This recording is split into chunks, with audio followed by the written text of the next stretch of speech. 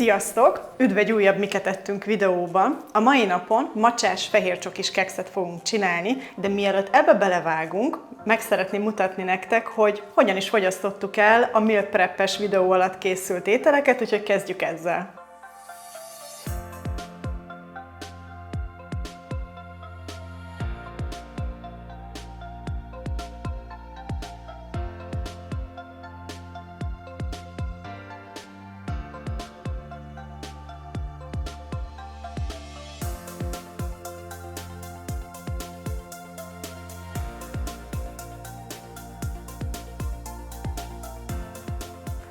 Ma ebédre az egyik adag pulled porkot fogjuk megenni, és úgy döntöttem, hogy polentát fogok hozzá csinálni, mint köret.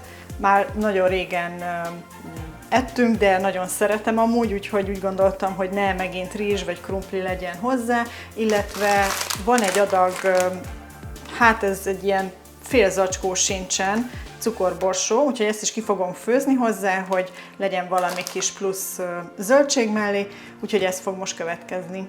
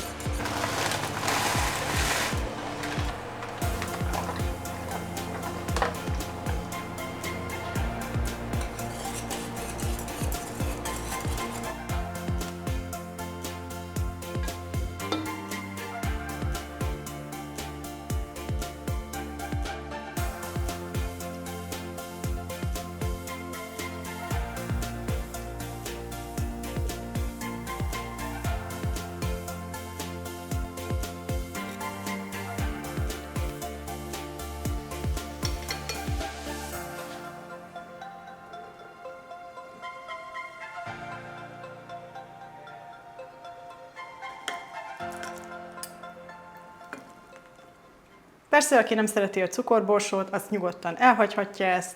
Én csak azért raktam rá, hogy egyrészt legyen valami kis színe, másrészt meg, hogy fogjon is a mélyhűtőből az ilyen félig megkezdett zöldségcsomag, úgyhogy ez most egy tökéletes választás volt erre.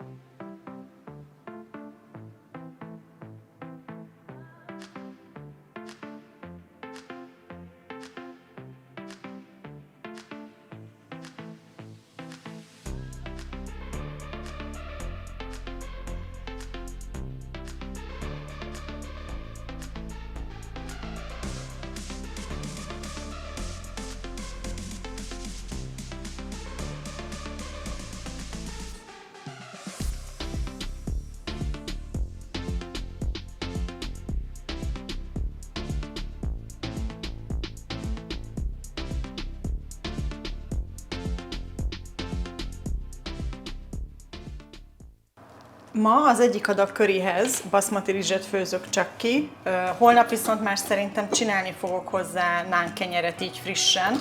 Holnap egy kicsit több időm lesz, úgyhogy ma csak rizssel fogjuk enni.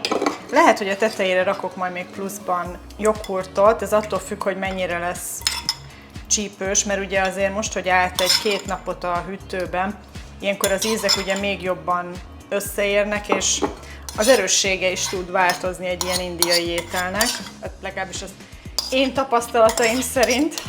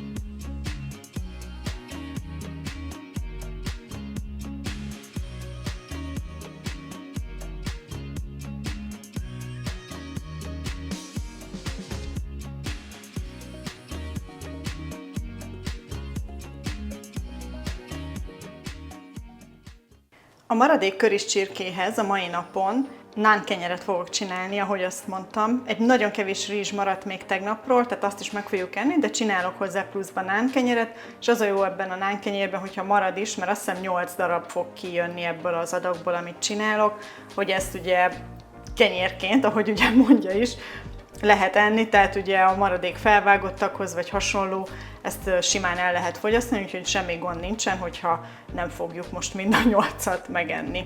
Na de akkor állítsuk is össze, mert ennek kelnie kell legalább egy 30 percet.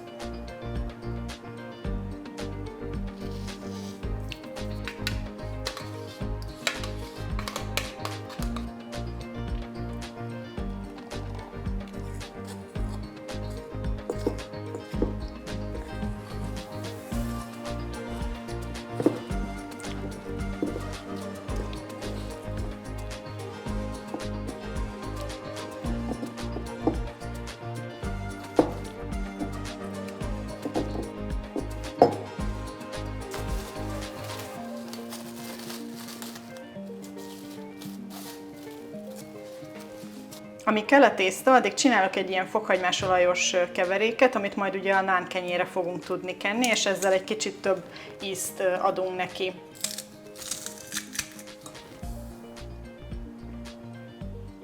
Tényleg nem kell sok, mert ugye csak épp, hogy egy kicsit egy ilyen ecsettel majd végigmegyünk rajta.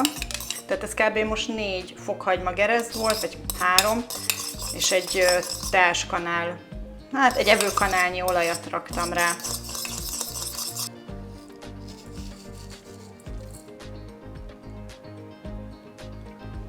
Akkor legyen az, hogy 2 evőkanálnyi van benne. El is telt fél óra. Amit most csinálni fogunk, az az, hogy 8 darab egyenlő kis gombócra vágjuk. Amennyire lehet, széthúzom, hogy egy kicsit könnyebb legyen 8 felé vágni. De először ugye jöhet a matek, félbevágjuk, utána még egyszer félbe, és akkor ez 2, 4, 6, 8, szuper. Én viszonylag vékonyra szoktam, mert én úgy szeretem, hogyha picit ropogósabb, de még azért tud puha lenni a belseje. Na most ez lehet, hogy egy jó pici lett ez a vége, nem baj.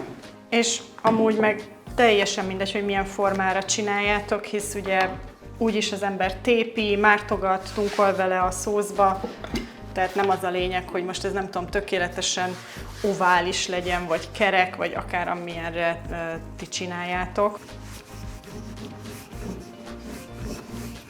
Semmi zsiradék nem kerül a serpenyőbe, csak a tészta. Addig sütöd, amíg szép barna nem lesz mindegyik oldalon. Ez igazából tényleg pillanatok kérdése és készen van, tehát nagyon oda kell figyelni.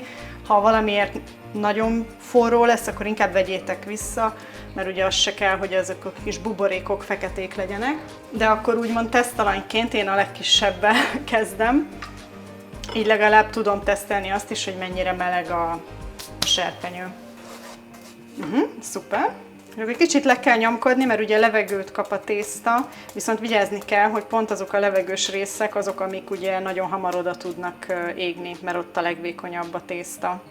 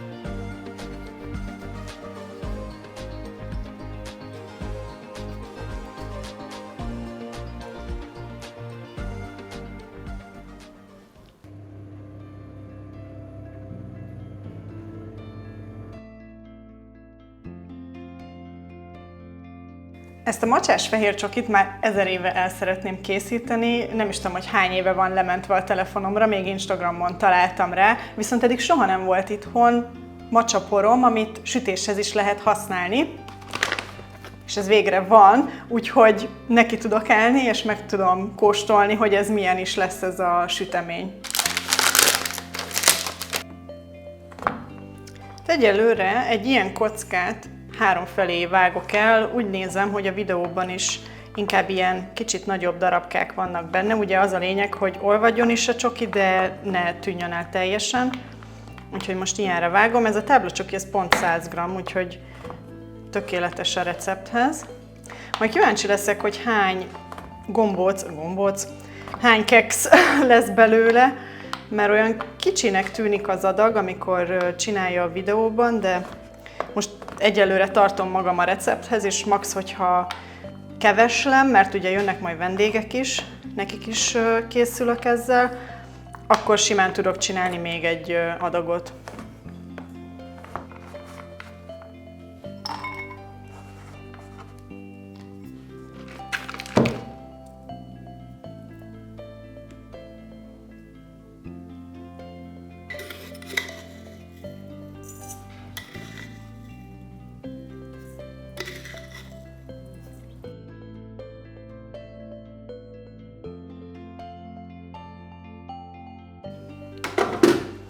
Jó, és akkor megy bele a vaj.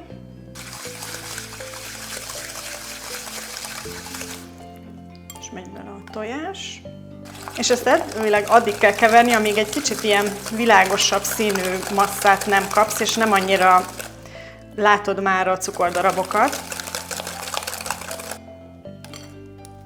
Na, szerintem kezdünk alakulni.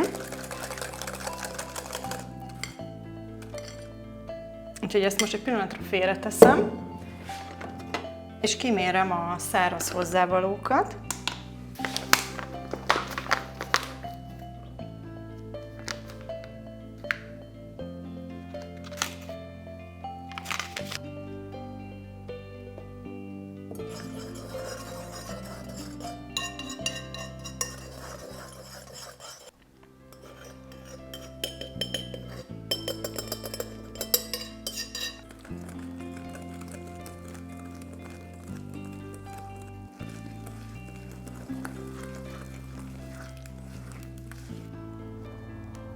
Igazából olyan, mintha pisztácia lenne, de nem. Nagyon jó illata van amúgy, mi nagyon szeretjük a macsát, de szerintem ezt már mondtam több másik videómban is. Viszont így süti formájában még soha nem csináltam itthon. Most ezt addig keverem egy kicsit, amíg úgy látom, hogy nincsenek már ilyen kis csomók, ilyen lisztcsomók, és akkor mehet is bele a fehér csoki, viszont ezután mindenképpen egy órát a hűtőbe rakom, mert amint látjátok, ugye ilyen nagyon folyékony, és ugye az kell ahhoz, hogy szép kis ilyen keksz gombócokat formázzunk, hogy ugye megdermedjen a vajtól. De szerintem ez így most már jó. Úgyhogy ezt bele is öntjük.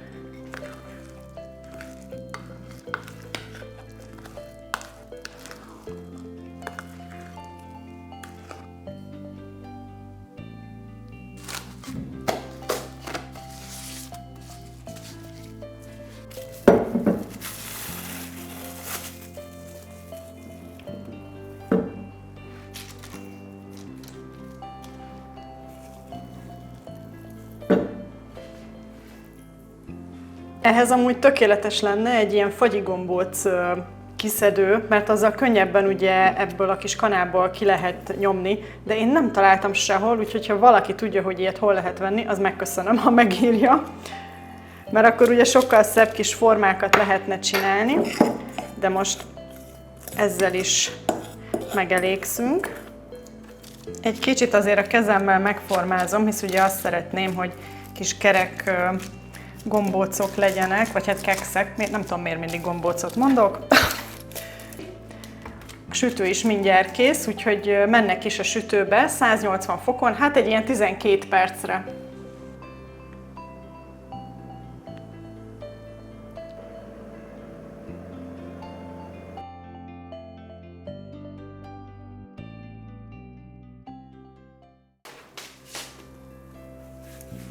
Hát ezek csodálatosak lettek. Egy kicsit féltem amúgy, hogy sokkal jobban össze fog folyni. Egy-két helyen itt összeértek, de számomra ez nem probléma.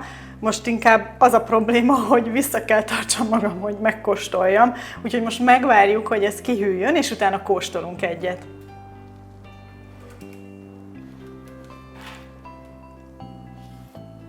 Na hát végre kihűltek, és itt az ideje, hogy megkóstoljunk egyet. Annyira jó illata van, és állagra, ugye most széttörtem, tökéletes állaga van.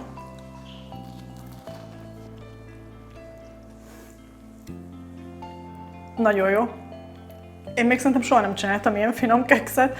Nagyon jó az állaga, kicsit ropog a széle, belül nagyon finom, szaftos, omlós, és tényleg kb. Szétolvad a nyelvedem. Nem tudom, hogy amúgy szeretitek-e a zöld teát egyáltalán, de én csak ajánlani tudom, hogy ezt próbáljátok ki. Ilyen Ázsia boltokban lehet amúgy kapni, nem olcsó, tudom, a macsapor, viszont tényleg egy nagyon finom, különleges ízvilágot képvisel. Kíváncsi vagyok, hogy ti csinálnátok-e ilyet, vagy sem, írjátok meg kommentben. Addig is, ezt az egyet azért most jól megeszem. Sziasztok! A mai napon pokebolt fogunk csinálni. Ma nincsen annyi alapanyagom hozzá, mint múltkor, de ettől függetlenül meg szerettem volna csinálni, mert a szósz, ami van hozzá, az isteni, úgyhogy már nagyon kívántam a múltkori főzés óta. Ami lesz hozzá, az egy mangó, akármennyire furán is hangzik, de ezt fogok feldarabolni hozzá, már vágtam fel norilapot, illetve ázik a rizs, és a szokásos 5 hozzávalóból álló szószt el fogom készíteni, úgyhogy lássunk is neki.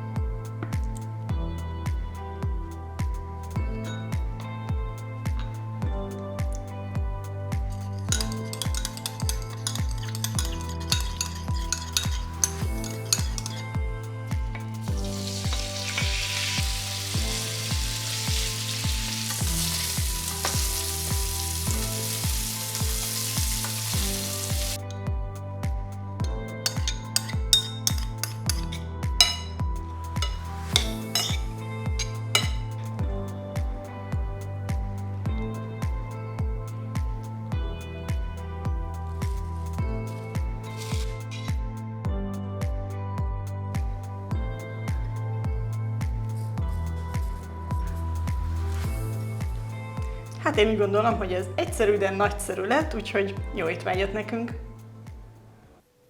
Sziasztok! A mai napon maradékmentés lesz, méghozzá, hogyha emlékeztek az előző miket ettünk videóban, csináltam gyózát, viszont többet csináltam, mint amit meg tudtunk volna enni, úgyhogy azt lefagyasztottam. Ezt most elővettem, egy fél órát hagyom egy picit, hogy kiolvadjon, és utána már szerintem süthetjük is. És mivel szerintem ez a 17 darab nem feltétlenül lesz elég kettőnknek, ezért úgy döntöttem, hogy mivel maradt a pokeballból is ugye rizs, még tegnapról, ezért sushit fogunk csinálni, halál egyszerűt, tonhalat fogok egy kis majonézzel, sóval, borssal megízesíteni, kerül bele ugorka, és mivel van 2 darab norilap konkrétan megkezdve, ezt is csak most találtam, amikor a Spice-ban kerestem, hogy mit lehetne enni. 2 darab van itt, ezt fel tudjuk használni. Van egy kicsi szójaszósz, meg wasabi, úgyhogy ez lesz a mai ebéd. Lássunk is neki.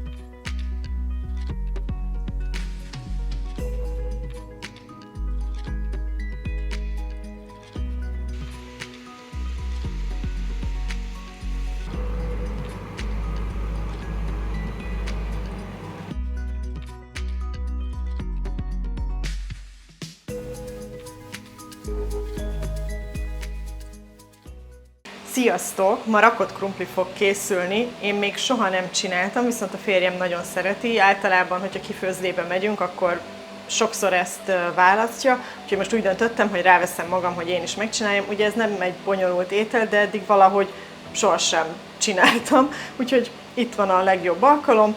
Én ezt ma 6 tojással fogom csinálni. Néztem többféle receptet, most így a méretek miatt leginkább, hisz ugye mi csak ketten vagyunk. Úgyhogy 6 tojást fogok majd megfőzni. Gyulai kolbászra esett a választás, ebből sem tudom pontosan, hogy most mind a kettőre szükség lesz-e, vagy csak egyre, úgyhogy először csak egyet fogok felszállni, illetve a krumplit is mindig fokozatosan pucolom és majd vágom fel, attól függően, hogy akkor a tepsibe mennyire van majd szükség. Na de lássunk is neki!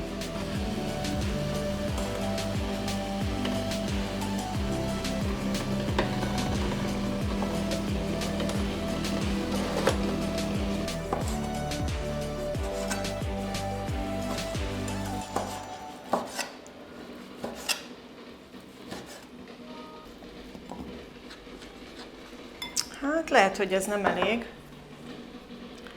Csak így elképzelem, hogy ugye így végig rakosgatom, mert egy kicsit nagyobb tepsibe csinálom, mint ez a deszka. És még ugye nem tudom, hogy ez 2 réteg lesz-e, vagy sem. Mindegy, felvágom a másikat is. Ha nem kerül rám mind, akkor megesszük majd reggelire vagy vacsorára azt, ami fel van szelve. Szóval kárba nem fog veszni, az biztos. Na, közben a tojások el is készültek, azt ki is vettem. És akkor most a krumplit megpróbálom viszonylag szép vékonyra szelni, kb. Ilyen vékonyra. Ugye az egyik nagy félelmem ennél, hogy biztos, hogy majd a krumpli megpuhul-e, de muszáj egyszer egy esélyt adni neki. Amíg az íze jó lesz, addig nincs gond.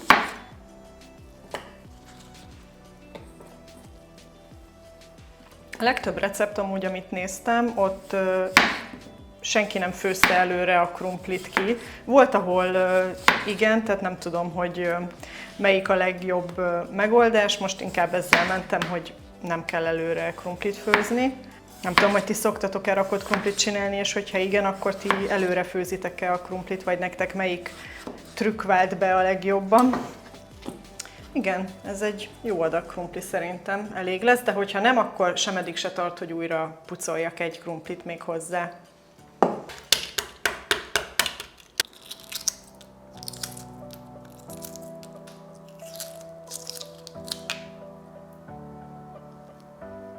A következő lépés az az, hogy a kolbászt serpenyőben egy kicsit megsütöm, hogy eresszen ki zsírt, és azt a zsírt belekeverem a tejfölbe. Ezt több embernél is láttam, ezt a trükköt, úgyhogy ez úgy nagyon tetszik, hisz ugye ez akkor tényleg úgy jól megízesíti a tejfölt, ami ugye belekerül.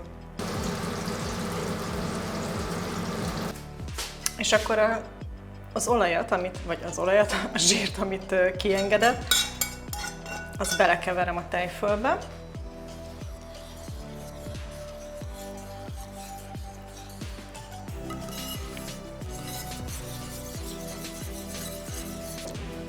És akkor ezek után ízesítem most még egy kicsit. Be is rakok még egy kis sót. Rakok egy ilyen jó csipet fokhagymagranulátumot.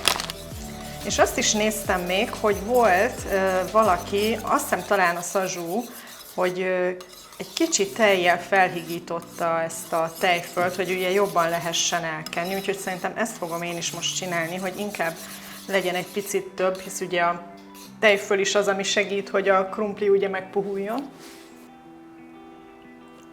Úgy. És lehet, hogy a tejfölbe magába rakok még egy kis piros paprikát. Tudom, a kolbászt is fog ereszteni, de biztos, ami biztos, egy kicsi színe legyen a tejfölnek. Ez tényleg ez egy csipet volt kb. Szerintem. Nem tudom, így jobb érzés fog el, hogy raktam bele egy kis piros paprikát, mert hát miért is ne, mindenbe rakunk ugye piros paprikát. Én vajjal fogom kicsit így kikenni az alját. Nekem soha nincs itthon zsír. Vaj van, vagy olívaolaj, vagy rendes olaj. Úgyhogy ettől lehet, hogy egy fokkal egészségesebb lesz ez az étel, ha bár kétlem. Szóval a lényeg, hogy én nem zsírral kenem ki, hanem sima vajjal. Na hát akkor kezdjük el a rétegezést. Most lehet, hogy ez macerásnak tűnik, hogy én itt egyesével rakosgatom a krumplit, de nem annyira akarom azt, hogy nagyon hegyén-hátán legyenek, ilyen össze-vissza. Ezáltal ugye bízom benne, hogy tényleg jól megsülnek. Egy nagyon pici sót azért szórok ide is, mert hát azért mégis ez ugye nincsen befűszerezve. Jöhetnek a kolbászkák. Ez kb. A fele. És igen, ezeket is elrendezgetem. Biztos, ami biztos. És akkor a tojást is most így egyesével megnézzük, hogy mennyire van szükség. Ugye ideálisan 3 tojás kerül egy szintre. Én amúgy úgy gondoltam, hogy 2 szintes lesz, de hát meglátjuk, hogy ez mennyire fog megvalósulni.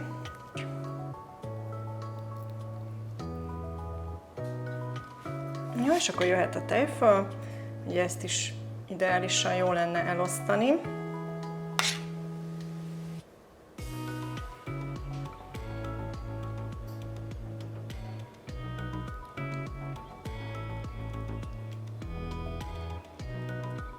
A sütőt amúgy már melegítem, 140 fokon van. Én először egy órát fogom sütni lefedve, és akkor meglátjuk, hogy hogyan alakul ugye a krumpli. És hogyha már nem lefedve sütöm, akkor én csinálok még egy olyat, hogy rakok rá sajtot a tetejére. Ez is olyan, amit néztem, hogy nagyon sokan van, hogy nem raknak rá, de láttam olyanokat, akik tesznek rá sajtot. Én rakok rá, a sajt nem fog rontani rajta. Jó, akkor jöhet a következő réteg burgonya.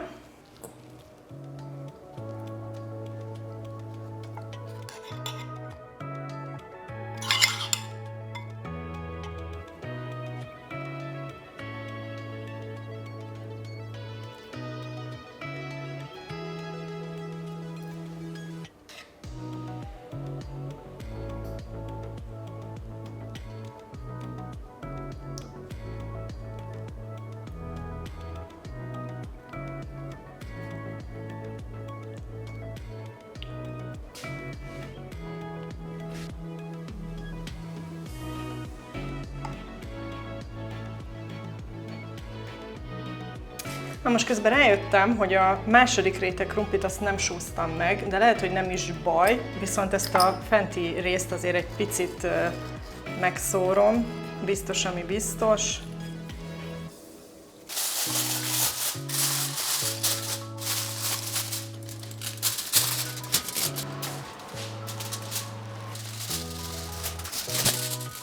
Igen, a tetejére egy kicsit több tejföl kellett volna, ami ugye eltakarja, ezért úgy száraznak tűnik, viszont pont ezért van nekem sajtom, amivel most jól megszórom, és megy vissza a sütőbe ugyanúgy 140 fokon, és szerintem még egy órát így sütöm, de viszont már nem lesz lefedve.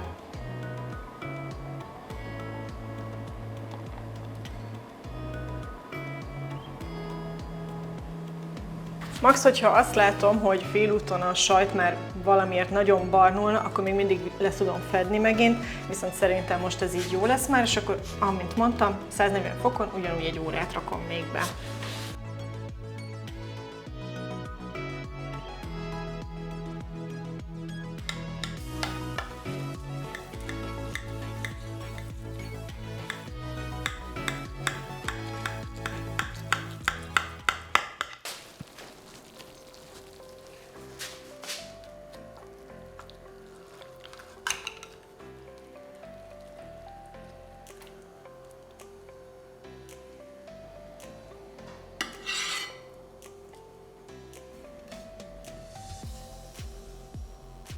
Hát szerintem kiegyezhetünk abban, hogy a rakott krumpli az nem a legszebb ételek közé tartozik, de hát bízunk benne, hogy finom lett, úgyhogy kóstoljuk meg.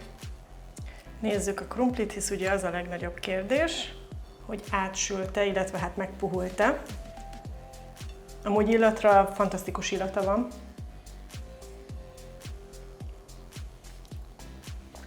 Talán egy fokkal lehetne puhább, de amúgy meg nagyon jó, meg jó az íze nagyon, tényleg nem lett túl sós. Kellett még, hogy visszarakjam legalább egy 15 percre, úgyhogy örülök, hogy így döntöttem, és hogy nem kapkodtam el, hogy most már enni szeretnénk. Úgyhogy nagyon örülök neki, hogy ez így jól sikerült. Hát ez biztos, hogy fogjuk enni legalább 2 napig, ha nem több. Úgyhogy legalább addig a konyhába nem kell már bejönni.